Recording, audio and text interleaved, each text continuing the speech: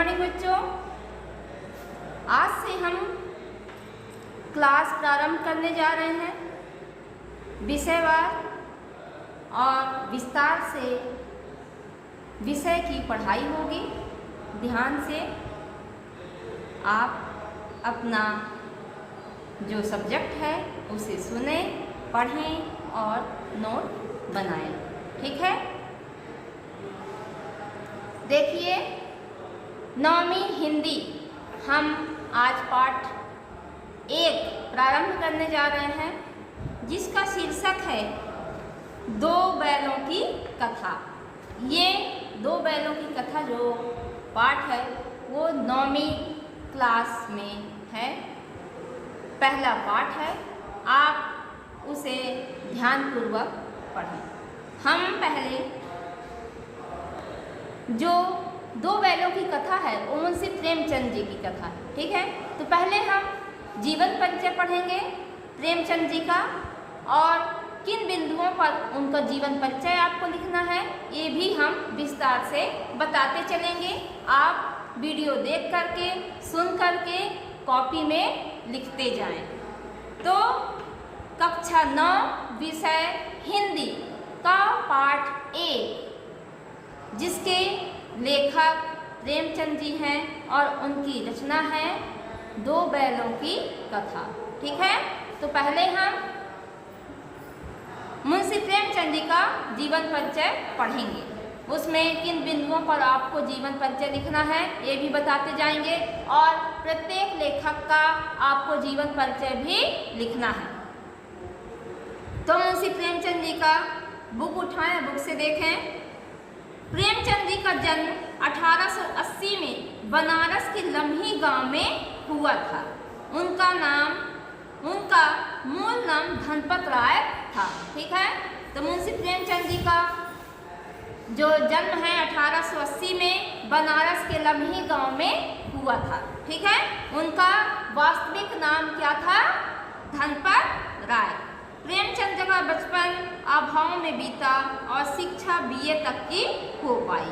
उन्होंने शिक्षा विभाग में नौकरी की, परंतु असहयोग आंदोलन में सक्रिय भाग लेने के लिए सरकारी नौकरी से त्याग पत्र दे दिया और लेखन कार्य के प्रति पूरी तरह समर्पित हो गए। सन 1936 में इस महान कथाकार का देहांत हो गया। ठीक है। तो ये आपको मालूम हुआ कि आंदोलन के कारण इन्होंने नौकरी छोड़ दी। ठीक है। और इसके बाद कहे में उनकी रुचि हो गई, अपना ध्यान कहे में आकर्षित कर लिया, लेखन कला के क्षेत्र में। और 1936 में इस महान कहानीकार का, कथाकार का क्या हो गया? देहांत हो गया। ठीक है। तो इसमें मुख्य बिंदु जीवन परिचय में आप यही लिखेंगे कि मुंशी प्रेमचंद जी का जन्म 1880 में बनारस में लम्ही ग्राम में हुआ था। उनका मूल नाम धनपत राय था और उनका जीवन जो है अभाव में अर्थात निर्धनता में बीता। निर्धनता क्यों कहेंगे? क्यों? क्योंकि वो इतने अमीर नहीं थे, इसीलिए इसमें एक पॉइंट आया है अभाव में बीता। ठीक है। अभाव अर्थात वो ज़्यादा ऐश और आराम की जिंदगी नहीं जी पाए और वो गरीबी हालत में ही क्या किए? BA तक की पढ़ाई की। इसके बाद असहयोग आंदोलनों में सक्रियता से भाग लेने के कारण उन्होंने नौकरी से क्या कर दिया? त्याग पत्र दे दिया। ठीक है। और नौकरी छोड़ने के बाद उनका जो मनोबल था, उनका जो कहिए कि लगाव था, वो लेखन कला के क्षेत्र में हुआ और 1936 में इनका देहांत हो गया। ठीक। आप जीवन परिचय में इतना ही लिखेंगे। आगे देखिए, प्रेमचंद की कहानियां मानसरोवर के 8 भावों में संकलित है। सेवा सदन, प्रेमाश्रय, रंगभूमि, कायाकल्प, निर्मला, गबन, कर्मभूमि, गोदान उनके प्रमुख उपन्यास हैं। ठीक है। तो मुंशी प्रेमचंद जी की कहानियां कहे में वो है लिखित हैं मानसरोवर में। ठीक है। उनकी सारी कहानियों का एक संग्रह है जिसका नाम है मानसरोवर। ये आपको कहिए कि खाली स्थान में भी पूछा जा सकता है या फिर एक शब्द के उत्तर में भी पूछा जा सकता है। एक शब्द के उत्तर में ये पूछा जा सकता है कि मुंशी प्रेमचंद जी की कहानियों का संग्रह किसमें है। ठीक है, तो आपको उत्तर लिखना होगा मानसरोवर। और खाली स्थान में पूछा जा सकता है कि मुंशी प्रेमचंद जी की कहानियाँ खाली स्थान में संकलित हैं। ठीक है, अंडरलाइन कर लीजिए मानसरोवर में। उनकी कहानियां हैं सेवा सदन, प्रेम आश्रय, रंगभूमि, कायाकल्प, निर्मला, गबन, कर्मभूमि, गोदान। ठीक है, इसके बाद आइए नीचे बुक में ध्यानपूर्वक पढ़िए। उन्होंने हंस, जागरण, माधुरी आदि पत्रिकाओं का संपादन भी किया। ये उनकी रचनाएं नहीं हैं, ये पत्रिकाएं हैं, जो मासिक पत्रिकाएं वगैरह आती हैं ना, उसमें उसी प्रकार की ये पत्रिकाएं हैं। कौन कौन सी? हंस, जागरण, माधुरी। कथा साहित्य के अतिरिक्त प्रेमचंद ने निबंध एवं अन्य प्रकार का गद्य लेखन भी प्रचुर मात्रा में किया। क्या किया? गद्य लेखन भी। प्रेमचंद साहित्य को सामाजिक परिवर्तन का सशक्त माध्यम मानते थे। वो सामाजिक परिवर्तन का माध्यम किसे मानते थे? साहित्य को। ठीक है, मुंशी प्रेमचंद जी की ये मान्यता थी कि साहित्य के द्वारा हम समाज में परिवर्तन ला सकते हैं। उन्होंने जिस गांव और शहर के परिवेश को देखा और जिया, उसकी अभिव्यक्ति उनके कथा साहित्य में मिलती है।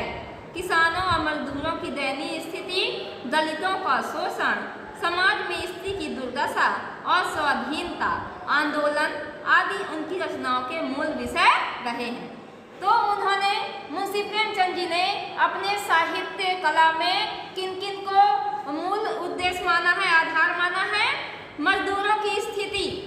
कैसी स्थिति? दयनीय स्थिति। मजदूरों की दयनीय स्थिति, दलितों का शोषण, समाज में स्त्री की दुर्दशा और स्वाधीनता आंदोलन। ठीक है, इनको अपना आधार मान करके उन्होंने अपनी रचनाओं में उसी चीज को दर्शाया जिसको उन्होंने जिया और उस समय जो समाज में या देश में जो व्यवस्था चलती थी। ठीक है, जो व्यवस्था को उन्होंने देखा, जिस समाज को उन्होंने जिया और जिस परिस्थिति से वो वशीभूत हुए, अनुभव किया, उन्हीं परिस्थितियों को उन्होंने अपनी रचनाओं में दर्शा दिया। ठीक है, आगे देखिए। प्रेमचंद के कथा साहित्य का संसार बहुत व्यापक है। उसमें मनुष्य ही नहीं, पशु पक्षियों को भी अद्भुत आत्मीयता मिली है। बड़ी से बड़ी बात को सरल भाषा में सीधे और संक्षेप में कहना प्रेमचंद के लेखन की प्रमुख विशेषता है। इनकी भाषा सरल, सजीव एवं मुहावरेदार है तथा उन्होंने लोक प्रचलित शब्दों का प्रयोग कुशलतापूर्वक किया है। ठीक है, तो ये उनका जीवन परिचय हो गया कि उन्होंने क्या है, साहित्य का संसार उनके साहित्य का संसार बहुत व्यापक है। किनके? मुंशी प्रेमचंद जी की कला का साहित्य जो है बहुत व्यापक है। किसी एक क्षेत्र को लेकर उन्होंने नहीं चला, उन्होंने अपने साहित्य में सामाजिक, आर्थिक और उस समय प्रचलित राजनीतिक व्यवस्था का भी विस्तार पूर्वक वर्णन किया है। और इनकी रचनाएं पढ़ने पर ऐसा महसूस होता है कि जैसे हम उसी समय में क्या हो गए हों, पहुंच गए हों। ठीक है, अर्थात उनकी रचनाओं के जो मुख्य पात्र हैं, तो ऐसा महसूस होता है कि उनकी रचनाओं के पात्र हम ही हैं, ऐसा अनुभव होने लगता है। तो हमने उनकी रचनाओं के बारे में कुछ जाना और ये कहें कि उनमें मनुष्य ही नहीं, पशु पक्षियों की भी अद्भुत आत्मीयता मिली है। ठीक है, अर्थात उन्होंने मनुष्य को तो अपना आधार माना ही, उन्होंने पशु पक्षियों को भी अपने साहित्य में उतना ही स्थान दिया। अर्थात पशु पक्षियों का भी इस समाज में, इस प्रकृति में महत्व है, ये भी उन्होंने बताया। आगे उनकी भाषा के बारे में कहें कि उनकी भाषा सरल, सजीव एवं मुहावरेदार है। ये आपकी भाषा शैली हो जाएगी। और उन्होंने लोक प्रचलित शब्दों का प्रयोग कुशलतापूर्वक किया है। ठीक है। तो ये आपको मुंशी प्रेमचंद जी का जीवन परिचय लिखना है। जीवन परिचय किन किन बिंदुओं पर लिखना है? पहला बिंदु आप लिखेंगे जीवन परिचय, ठीक है। दूसरा बिंदु आप लिखेंगे प्रमुख रचनाएं। तीसरा लिखेंगे भाषा शैली, ठीक है। तो आपको इन्हीं बिंदुओं पर मुंशी प्रेमचंद जी का जीवन परिचय लिखना है। अब आगे बढ़ते हैं। इनकी रचना है दो बैलों की कथा। बुक को ध्यानपूर्वक पढ़ते जाइए और समझते जाइए। क्यों? क्योंकि मैं पाठ विस्तार से समझाऊंगी। दो बैलों की कथा। दो बैलों की कथा के माध्यम से प्रेमचंद ने कृषक समाज और पशुओं के भावात्मक संबंध का वर्णन किया है।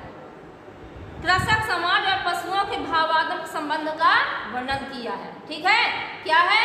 हमें ये सोचना चाहिए, ये रचना में बताया गया है कि व्यक्ति से संबंध, प्रेम पूर्वक संबंध तो रखता ही है, किंतु जानवर भी जिस व्यक्ति के पास रहते हैं वो व्यक्ति से अपना आत्मीयता पूर्वक इतना संबंध, इतना स्नेह पूर्वक संबंध बना लेते हैं कि वो कहीं भी चले जाएं अपने मालिक को नहीं छोड़ते हैं। और उन्होंने इस रचना के माध्यम से एक जानवर का उदाहरण बताया है, गधा, ठीक है, जिसको खच्चर भी कहते हैं। अर्थात उनकी तुलना एक महापुरुष साधु सन्यासियों से की गई है कि कोई भी परिस्थिति आ जाए, किसी भी तरह की स्थिति आ जाए, वो एक जैसे ही रहते हैं, सीधे साधे साधारण, ठीक है।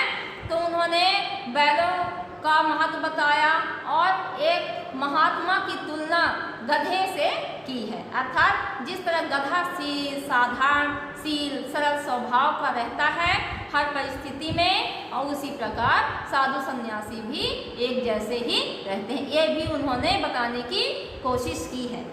आगे देखिए, इस कहानी में उन्होंने यह भी बताया है कि सुंदरता शहर में नहीं मिलती, उसके लिए बार बार संघर्ष करना पड़ता है। क्या कहा?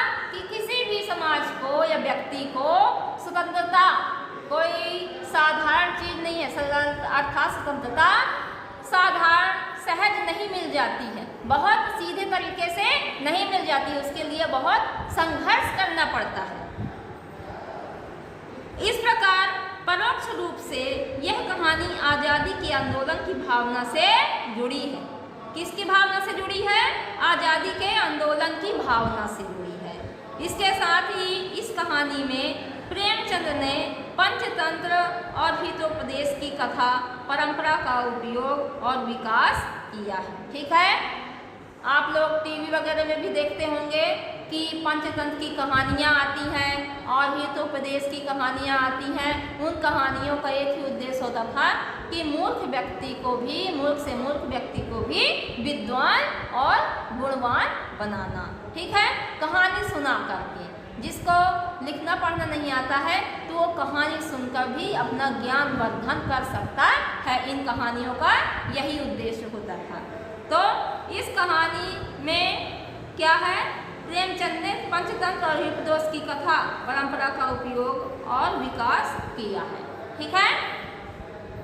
अब आइए हम कहानी की ओर बढ़ते हैं, जिसमें दो बैलों की कथा। देखिए, जानवरों में गधा सबसे ज्यादा बुद्धिहीन समझा जाता है, ठीक। जब हम किसी आदमी को पहले दर्जे का बेवकूफ़ कहना चाहते हैं तो उसे गधा कहते हैं। गधा सचमुच बेवकूफ़ है या उसके सीधेपन, उसकी निरापद सहिष्णुता ने उसे यह पदवी दे दी है। देखिए क्या कह रहा है कि आम साधारण बोलचाल की भाषा में जैसे किसी को कोई डांटता है तो कह देता गधा, ठीक है। कोई काम नहीं बना, समझ में नहीं आई कोई बात तो बोल देते हैं गधा।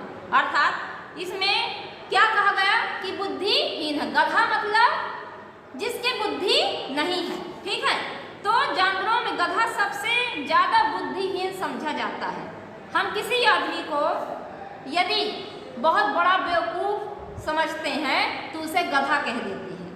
सचमुच बेवकूफ है, यह उसके सीधेपन, उसकी निरापद सहिष्णुता ने उसे यह पदवी दे दी है। अर्थात हम गधे को देख करके ये कहें कि क्या वो सही में गधा है, या उसकी दूसरी तरफ सोच ये है कि क्या वो ये कहें कि क्या वो इतना सीधा है, इतना सरल है कि लोग उसका सीधेपन के कारण उसको मूर्ख कहने लगे हैं या गधा कहने लगे हैं। अर्थात गधा एक पदवी के रूप में देखी जाए या सही में वो एक गधा ही है, यह निश्चय नहीं किया जा सकता। गाय सींग मारती है, ब्याई हुई गाय तो अनायास ही सिंहनी का रूप धारण कर लेती है। कुत्ता ही बहुत गरीब जानवर है, लेकिन कभी कभी उसे भी क्रोध आ ही जाता है, किंतु गधे को कभी क्रोध करते नहीं सुना, ना देखा। जितना चाहो गरीब हो मारो, चाहे जैसी खराब सड़ी हुई घास सामने डाल दो, उसके चेहरे पर कभी असंतोष की छाया भी ना दिखाई देगी। ठीक है, यहाँ क्या कहा गया है, गधे की विशेषता बताई गई है, या ये कहिए कि क्या उसके सीधेपन का, क्या वो अपने क्रोध को व्यक्त नहीं कर पाता है, अपनी भावनाओं को व्यक्त नहीं कर पाता है, क्या इसीलिए उसे गधा कहा गया है?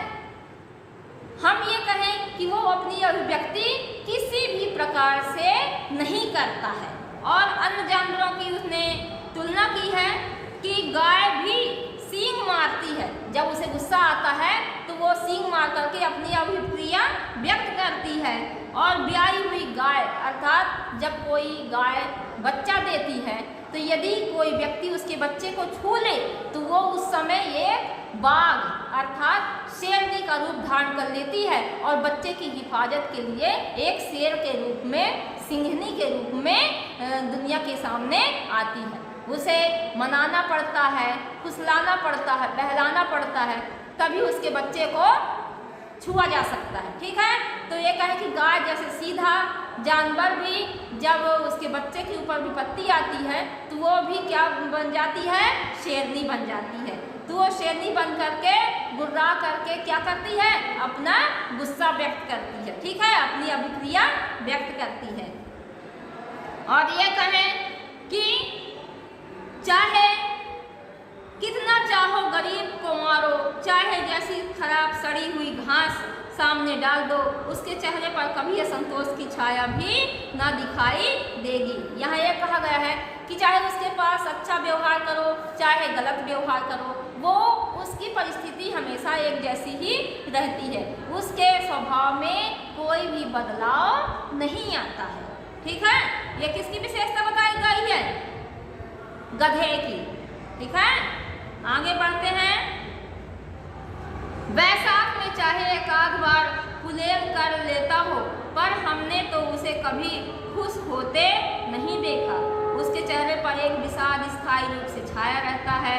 सुख दुख हानि लाभ किसी भी दशा में उसे बदलते नहीं देखा। देखो, यहाँ गधे को बोला गया है कि चाहे उसके चेहरे पर एक जैसे भाव स्थायी रूप से रहते हैं, चाहे आप दुख का कह लो, चाहे सुख का कह लो, चाहे विषाद माने अनासक्त क्रिया, कोई क्रिया नहीं होती है, तो ऐसी क्रिया ही उसके चेहरे पर छाई रहती है। शायद ही कभी एक आध बार वैशाख के महीने में खुश हो लेता हो, उसके चेहरे पर कभी हंसी आ जाती हो, ऐसा इसमें बताया गया है। किसी भी दशा में उसे बदलते नहीं देखा। ऋषि मुनियों के जितने गुण हैं वे सभी उसमें पराकाष्ठा को पहुंच गए हैं, पर आदमी उसे बेवकूफ कहता है। सद्गुणों का इतना अनादर कभी नहीं देखा। कदाचित सीधापन संसार के लिए उपयुक्त नहीं है। देखिए ना भारतवासियों की अफ्रीका में क्या दुर्दशा हो रही है, क्योंकि अमेरिका में उन्हें घुसने नहीं दिया जाता। बेचारे शराब नहीं पीते, 4 पैसे कुछ समय के लिए बचा कर रखते हैं, जी तोड़कर काम करते हैं, किसी से लड़ाई झगड़ा नहीं करते हैं, 4 बातें सुनकर गम खा जाते हैं, फिर भी बदनाम है। ठीक है, ये क्या कहा गया है कि गधे के सीधेपन के कारण उसे बेवकूफ या गधा कहा जाता है।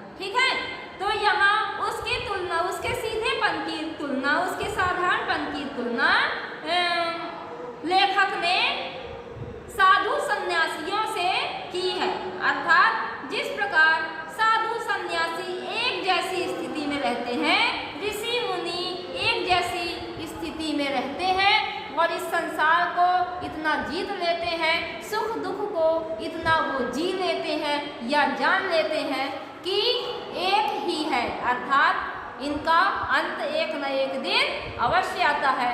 इसलिए साधु सन्यासी ना ज़्यादा सुख में खुश होते हैं और ना ज़्यादा दुख में दुखी होते हैं। ठीक है, वही स्थिति यहाँ गधे की बताई गई है कि गधा एक जैसी स्थिति में हमेशा रहता है, ना बहुत खुश होता है ना दुख होता है। ठीक है, तो यहाँ ये कहा गया है कि बाहर अर्थात सभ्य समाज में सीधेपन को बेवकूफ की संज्ञा दी जाती है। यहाँ एक लेखक ने अफ्रीका की बात कही है कि अफ्रीका में यदि कोई भारतीय अमेरिका में तो घुसने नहीं दिया जाता है, बेचारे शराब नहीं पीते जो व्यक्ति, उन्हें घुसने नहीं दिया जाता है, किसी से लड़ाई झगड़ा जो नहीं करते हैं, साधारण स्वभाव में रहते हैं, सीधा साधा जीवन जीते हैं, उन्हें नीचा समझा जाता है। ठीक है, उन्हें मूर्ख समझा जाता है, ज़्यादा खर्च नहीं करते हैं। तो इसी प्रकार से इन्हें ये बताने की कोशिश की गई है कि जो ज़्यादा ऊट पटांग नहीं होते हैं, जो ज़्यादा फ्रैंक नहीं होते, दिखावा नहीं करते हैं, उन्हें मूर्ख की संज्ञा इस सब समाज में दी जाती है।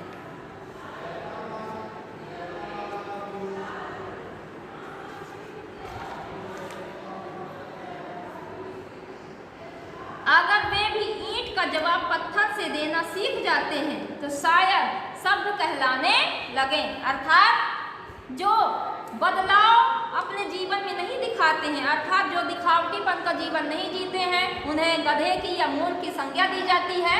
और जो दिखावापन करने लगते हैं, अर्थात जवाब देना प्रारंभ कर देते हैं, किसी के बोलने पर या उलाहना देने पर चुप नहीं रहते हैं, उसका जवाब देने प्रारंभ कर देते हैं, चालू कर देते हैं, तो उन्हें क्या कहा जाता है?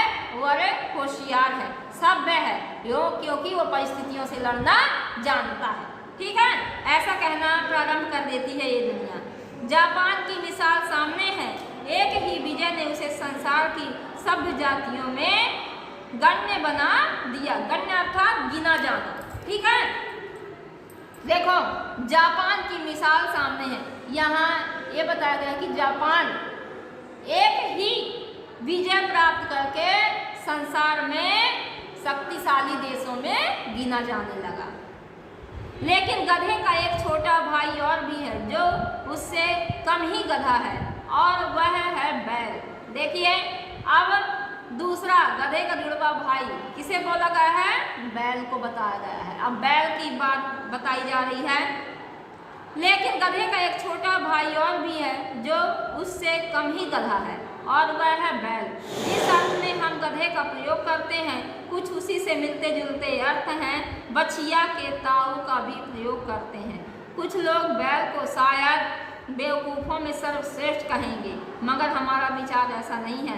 बैल कभी कभी मारता भी है और कभी कभी अड़ियल बैल भी देखने में आता है, और भी कई रीतियों से अपना असंतोष प्रकट कर देता है, अतएव उसका स्थान गधे से नीचा है। ठीक है, अर्थात आम बोलचाल की भाषा में यदि किसी को अक्खड़ या मूर्ख बोलते हैं या बेवकूफ़ समझने के कहते हैं, तो क्या बोल देते हैं हम बोलचाल की भाषा में? बिल्कुल बैल हो क्या।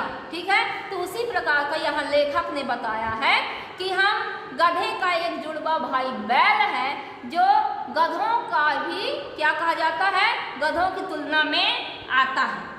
अर्थात जिस अर्थ में हम गधे का प्रयोग करते हैं, कुछ उसी से मिलते जुलते अर्थ में बछिया के ताऊ का भी प्रयोग करते हैं। देखो, जैसे मूर्ख व्यक्ति को हम गधा कहते हैं, बैल कहते हैं, तो मूर्ख व्यक्ति को हम बछिया के ताऊ भी आम बोलचाल की भाषा में कह सकते हैं। ठीक है, लेकिन लेखक ने यहाँ कहा है कि बैल तो कभी कभी मारता भी है, अपना गुस्सा भी दिखाता है, कूद करके, अड़ियल बन करके, अड़ियल अर्थात अड़ जाना।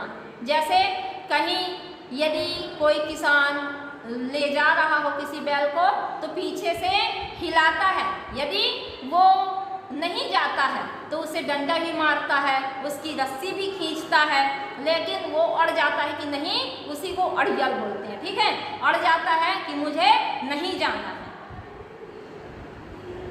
और वो अपनी अभिक्रिया व्यक्त कर देता है, लेकिन वो गुस्सा होकर के कभी कभी मार भी देता है, अड़ भी जाता है। इसीलिए उसका स्थान किसके नीचे है? गधे के नीचे है।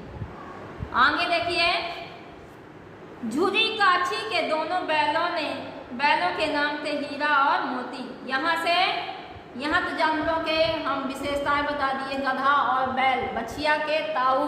ठीक है, ये तीन चीज हमने मूर्ख और बुद्धिहीन व्यक्तियों की विशेषताओं के बारे में बताया है, अर्थात लेखक ने बुद्धिहीन व्यक्तियों की तुलना गधा, बैल और बछिया के ताऊ से की है। अब आपकी कहानी शुरू होती है। देखिए, झूरी अर्थात झूरी एक नाम है, कोई संज्ञा, कोई दूसरी चीज नहीं है, झूरी नाम है, जैसा आपका अजय, मीरा, मोहन, ऐसे। ठीक है, तो ऐसी झूरी नाम है। झूरी काछी, काछी उसकी जात है, जो सब्जी वगैरह लगाते हैं उनको हम काछी कहते हैं। ठीक है, तो झूरी काछी के दोनों बैलों के नाम थे हीरा और मोती। दोनों पछाई जाति के थे, देखने में सुंदर, काम में चौकस, डील में ऊंचे। देखो, ये बैलों की सुंदरता की विशेषता बताई जा रही है, उनके गुणों की, वो कैसे दिखते हैं। पछाई जाति, ये बैलों की एक जाति है जिसमें बहुत सुंदर बैल की नस्ल होती है। ठीक है, तो झूरी काछी के दो बैल थे जिनका नाम हीरा और मोती था। देखने में कैसे थे? बहुत सुंदर, और डील में ऊंचे अर्थात अच्छे लंबे चौड़े थे। बहुत दिनों साथ रहते रहते दोनों में भाईचारा हो गया था। दोनों आमने सामने या आस पास बैठे हुए एक दूसरे से मूक भाषा में विचार विनिमय करते थे। एक दूसरे के मन की बात कैसे समझ जाता था हम नहीं कह सकते। अवश्य ही उनमें कोई ऐसी गुप्त शक्ति थी जिससे जीवों में श्रेष्ठता का दावा करने वाला मनुष्य वंचित है। दोनों एक दूसरे को चाट कर और सूंघ कर अपना प्रेम प्रकट करते थे। कभी कभी दोनों सींग भी मिला लिया करते थे, विग्रह के नाते से नहीं, केवल विनोद के भाव से, आत्मीयता के भाव से। जैसे दोस्तों में घनिष्ठता होती ही थौल थप्पा होने लगता है, उसके बिना दोस्ती कुछ खुशखुशी, कुछ हल्की सी रहती है, जिस पर ज़्यादा विश्वास नहीं किया जा सकता है। ठीक है, यहाँ लेखक ने क्या बताया है? मित्रता की विशेषता बताई है कि जैसे मित्र लोग जब आपस में मिलते हैं तो एक दूसरे को पीठ ठोक दिए, कहीं सर पे ठोक दिए, ठीक है, हाथ मिला लिए, गले मिल गए, तो ये क्या है? उनका प्रेम व्यवहार प्रदर्शित करता है। इस प्रदर्शन से ये पता चलता है कि इनमें कितनी आत्मीयता है, कितनी दोस्ती है, कितनी गहरी दोस्ती है, कितना प्रेम है। ठीक है, इसी प्रकार से हीरा और मोती दो जो बैल थे तो वो भी क्या करते थे? कभी कभी सींग मार करके अपनी क्या करते थे? अपना स्नेह, अपना आत्मीयता एक दूसरे से व्यक्त करते थे, एक दूसरे को चाट करके ये दर्शाते थे कि हम मित्र हैं। ठीक है, और अपना क्या करते थे? एक दूसरे के प्रति प्रेम दर्शाते थे।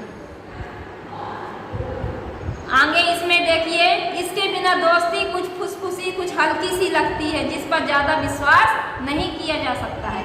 जिनमें इस तरह का आम जनमानस ये समझते हैं, आम लोग ये समझते हैं कि जिनमें ज़्यादा घुलना मिलना नहीं होता है, ज़्यादा बातचीत नहीं होती है, अर्थात वो अच्छे दोस्त नहीं हो सकते, उनमें अच्छी मित्रता नहीं हो सकती है।